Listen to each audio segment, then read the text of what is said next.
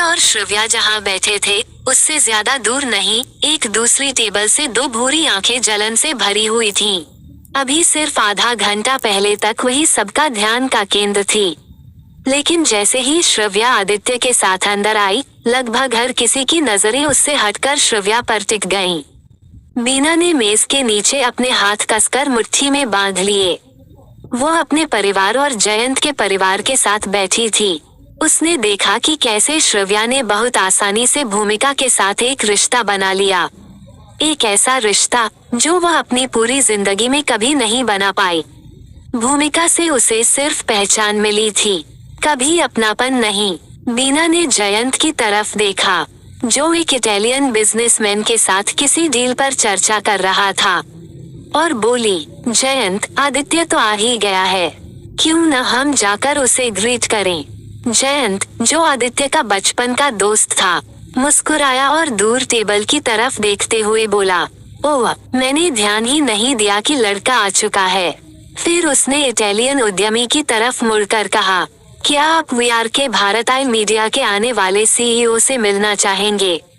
Mister Richard, मैं आपको introduce करवा सकता हूँ। मिस्टर रिची के साथ जयंत अपनी कुर्सी से उठा और आदित्य की टेबल की तरफ बढ़ गया। बीना भी बेहद उत्साहित होकर उनके पीछे पीछे चल दी। पूरा इरादा था इम्प्रेशन जमाने का। खुद को अनाउंस करने से पहले ही बीना ने भूमिका और श्रव्या की बातचीत सुन ली। भूमिका पूछ रही थी, लेकिन मुझे क्यूरियोसिटी है, तुमने ऐसा क्यों कहा कि सिंगर बनना तुम्हारे लिए नहीं है? बीना ने देखा कि श्रव्या थोड़ी हिचकिचाई, लेकिन फिर बोली, बस इतना समझ लीजिए कि वो जगह मेरे लिए ठीक नहीं है, इसलिए मैं सिर्फ गाने लिखना चाहती हूँ। बीना ने ये सब पहले भी कई कंपोजर्स और म्यूजिक प्रोड्यूसर्स से सुना था। वो पीछे से जोर से हंसी और बोली, अक्सर जो लोग स्टेज पर परफॉर्म करने के लिए अच्छे नहीं होते, वही कंपोजर या प्रोड्यूसर बन जाते हैं। फिर उसने शरारती मुस्कान के साथ श्रव्या को देखा और जोड़ा, शायद वही तुम्हारी जगह है। तभी पीछे से आदित्य की आवाज आई, एक्सक्यूज मी बीना, लेकिन मुझे नहीं लगता कि तुम इस कॉन्वर्सेशन का हिस्सा हो। वो खड़ा हो चुका था, अपने पुराने पड़ोसी की तरफ मुड़ते हुए। उसकी आवाज में साफ झुंझलाहट थी। कोई बात नहीं आदित्य। श्रव्या मुस्कुराई और उसके कोट की स्लीव खींचते हुए बोली, मुझे बैकग्राउंड में रहना पसंद है। उसने आदित्य को हल्का सा नीचे झुकाया, उसके होठों पर एक हल्का सा किस दिया और फिर बोली, बैकग्राउंड में रहकर मैं तुम्हारे साथ ज्यादा समय बिता सकती हूँ। ये खुला अफेक्शन देखकर बीना और ज्यादा जल गई, लेकिन उससे पहले कि वह कुछ और कहती, जयंत ने माहौल संभाल लिया। गुड इवनिंग मेट, उसने कहा, और ब्यूटीफुल श्रव्या, क्या मैं अपने बेस्ट मेट को याद दिला सकता हूँ कि वह कितना लकी है कि उसकी पत्नी तुम हो। आदित्य और जयंत ने थोड़ी देर बात की और उसी दौरान मिस्टर रिची का परिचय कराया। मिस्टर रिची अंबर के इन्वेस्टर थे और उसी वजह से वह चैरिटी इवेंट में मौजूद थे। आदित्य से मिलना उनके लिए एक्स्ट्रा इंसेंटिव था, क्योंकि वह मीडिया कंपनी में इन्वेस्ट करना चाहते थे। श्रव्या की टेबल से कुछ ही इंच की दूरी पर तीनों आदमी खड़े थे, आपस में बातचीत में डूबे हुए।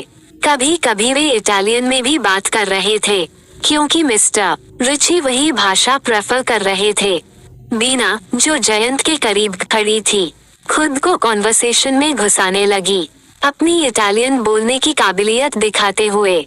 जब आदित्य ने श्रव्या को इंट्रोड्यूस करने के लिए उसे अपने पास खड़ा किया, मिस्टर रिची ने इटालियन में कहा, पीएसए दी कॉनसरला सेन्योरा। बीना तुरंत बोली, oh, she probably does not know Italian mister Richie. वो हमारी तरह उसी यूनिवर्सिटी से नहीं पढ़ी। मिस्टर रिची इंग्लिश में बोलने ही वाले थे कि उन्होंने श्राव्या को इटालियन में जवाब देते सुना। Signor Ricci, mi fa piacere conoscerla, non si preoccupi, parlo fluentemente la sua lingua। ये सुनकर मिस्टर रिची पीछे झुक गए और चौड़ी मुस्कान के साथ बोले।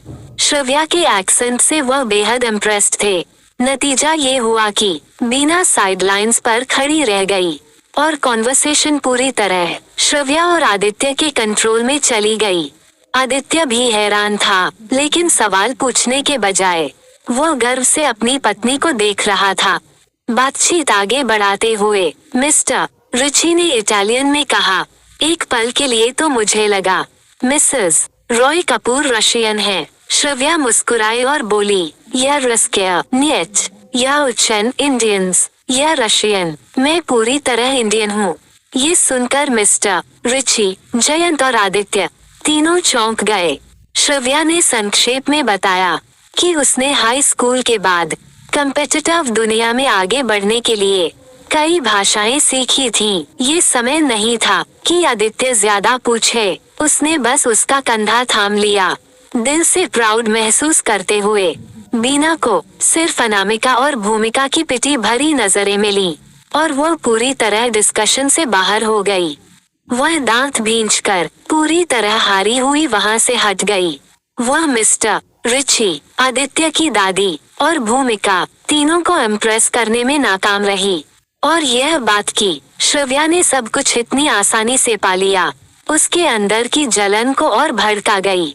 वह वापस अपनी टेबल की तरफ जा ही रही थी कि उसने एक ऑर्गेनाइजर को घबराए हुए इधर उधर घूमते सुना। ओपनिंग प्रेयर का परफॉर्मर लेट हो गया है। बीना की आंखें चमक उठी। उसे याद आया कि श्रव्या ने कहा था कि उसे बैकग्राउंड में रहना पसंद है। क्या वह स्टेज पर उतनी अच्छी नहीं है, या क्या उसे स्टेज फ्राइट है? जो भी हो, उसे अचानक स्टेज पर लाकर एम्बैरेसिंग सिचुएशन में डालना अभी भी मुमकिन था। बीना के होठों पर एक चालाक मुस्कान आई। वह ऑर्गेनाइजर की तरफ बढ़ी और बोली, may be I can help. कुछ मिनट बाद होस्ट ने सबका ध्यान अपनी ओर खींचा। अंबर को वेलकम स्पीच देनी थी, लेकिन उससे पहले एक स्पेशल ओपनिंग प्रेयर रखी गई थी। लेडीज एंड जेंटलमैन, होस्ट ने कहा, हमारे पवित्र सृष्टिकर्ता के नाम पर आज की इस शाम को आशीर्वाद देने के लिए दो सुंदर महिलाएं एक वर्शिप प्रस्तुत करेगी। तालियों की गड़गड़ाहट गूंज उठी। होस्ट ने मुस्कुराते हुए कहा, कृपया स्वागत कीजिए दिल्ली के एक प्रतिष्ठित परिवार से, रॉय कपूर परिवार की करीबी मित्र, एक एस्पायरिंग सिंगर और बेहद खूबसूरत महिला मिस बीना। और फिर मिस बीना के साथ कृपया स्वागत कीजिए श्रव्या रॉय कपूर, मिस्टर आदित्य रॉय कपूर की पत्नी, एक proud coffee shop barista. Aditya की भौहें सिकुड़ गईं और सबसे ज्यादा श्रव्या का मुंह खुला का खुला रह गया।